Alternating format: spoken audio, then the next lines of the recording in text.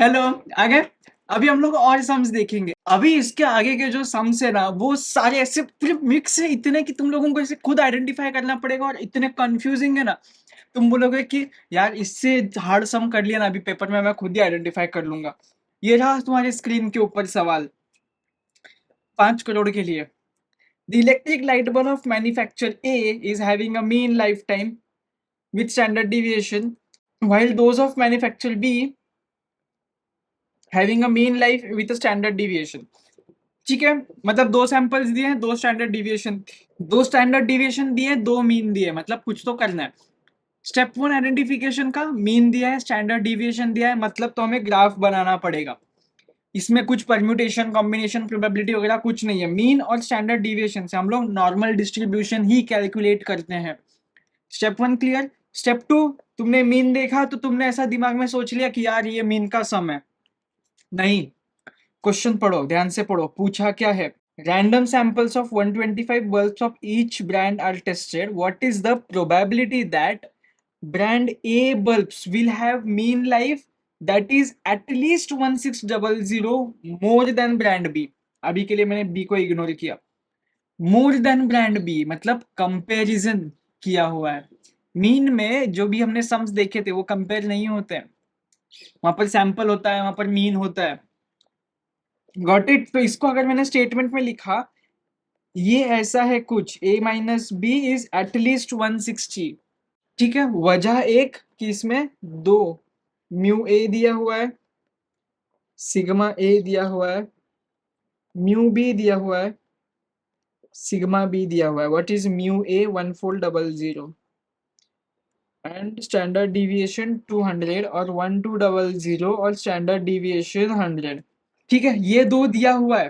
तो हमारा Z score का फॉर्मूला क्या होता है? जेड स्कोर बताओ, डिफरेंस का जेड स्कोर का formula X B bar minus mu A minus B upon sigma A minus B. What it, ये दोनों हमें निकालना पड़ेगा।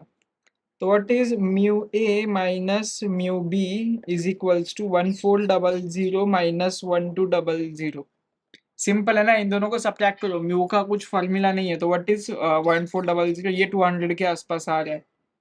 And what is sigma A minus B, ये देखो मैंने यहाँ पर म्यू ए माइनस बी लिखना था, मैंने पहले फॉर्मूला लिख के सब्स्टिट्यूट। इसलिए घाई वाला दिमाग थोड़ा अवॉइड करना, शांति से काम ऐसे 5 मिनट दो, एक क्वेश्चन को 15 मिनट दो पेपर में एंड खत्म करो। कुछ 10 मिनट के आसपास कुछ टाइम होता है एक क्वेश्चन के लिए, 10 या 12 मिनट के आसपास, वो तीन निकाल लो। हम यूट्यूब के वीडियो में हम लोग देखेंगे कितना मिनट होता है। तो अभी फिलहाल हम लेक्चर के ऊपर ध्यान देते हैं। Square root of sigma A square plus sigma B square. लेकिन तुम्हें मैंने सिखाते समय एक स्पेसिफिक फॉर्मूला बताया था, याद है? कि अगर n का वैल्यू दिया है स्पेसिफिकली सैंपल का, तो निकालोगे ना तुम। यहाँ पर दिया है ना 125 सैंपल्स के लिए, अगर z स्कोर तुम निकाल रहे हो इन वैल्यूज का, देखो इन वैल्यूज में कितना सैंपल है 125 का। ओके, अपॉन n वाला फॉर्मूला हम यूज करेंगे, is equals to square root of 200 square plus 100 square. कैलसी पर इसे ढंग से एंटर करना, ठीक है। और ये दोनों अलग अलग डिनोमिनेटर, एक साथ घुसड़ मत देना कि कॉमन कर लेते हैं इसको। 125 एंड 125 आ रहा है 20। तो बोलो तुम्हारा ए क्या दिया हुआ है? At least 1600, at least 160 hours. What is statement? A will have mean life, mean life के बारे में बात की है, ठीक है। A will have mean life at least 160 hours more than B। यहां से भी तुम्हें हिंट मिल जाएगा, क्योंकि हमारे स्टैंडर्ड डिविएशन में क्या है, यहाँ पर डिफरेंस में मीन है ना। तो इस क्वेश्चन में क्या दिया हुआ है तुम्हें? x bar a minus X bar b दिया हुआ है, कितना? 160।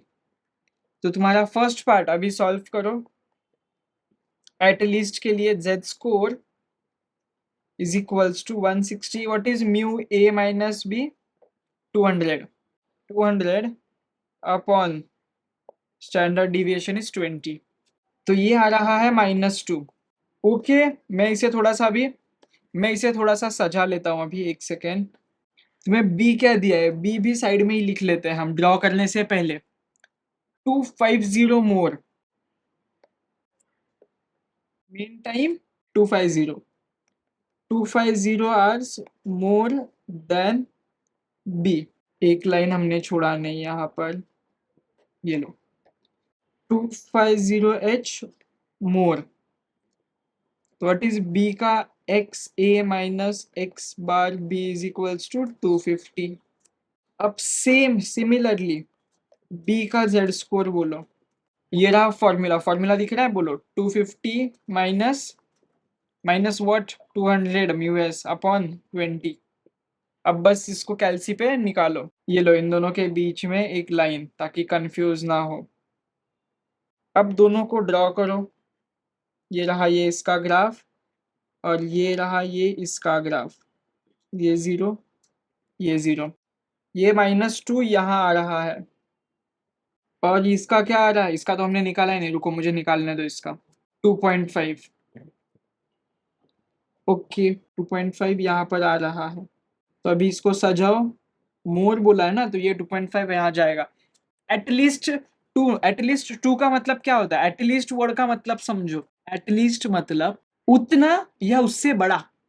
तो -2 से बड़े नंबर्स राइट साइड है कि लेफ्ट साइड है, ये साइड तो माइनस में जाएंगे, सब छोटे हो जाएंगे, तो इसका डिस्ट्रीब्यूशन ये रहा। तो बोलो हम कैल्सी पे इसके लिए क्या यूज करेंगे, इसके लिए हम लोग यूज करेंगे r -2 का। r कहाँ से, ये इंफिनिटी तक जा रहा है ना, कुछ बिटवीन है नहीं, तो इसका डिस्ट्रीब्यूशन r की तरफ है। इसके लिए क्या यूज करेंगे, इसके लिए भी हम यूज करेंगे r। तो निकालो अभी दोनों का प्रोबेबिलिटी। इसका इस फर्स्ट वाले का -2 के लिए आ रहा है 0.9772 एंड इसके लिए आ रहा है 2.5 के लिए 0.00620, 10⁻³ के इसमें जा रहा है। ये एकदम इजी था, कुछ कॉम्प्लिकेटेड नहीं था, बस तुमने फॉर्मूला देख के उसको अप्लाई किया, ज्यादा हार्ड नहीं है। प्लीज लेक्चर थियरी का कॉन्सेप्ट अच्छे से ग्रास्प कर लो, अंदर जो भी सवाल है वो पूछो, नीचे चैट बॉक्स है उधर, और हम लोग देख लेंगे।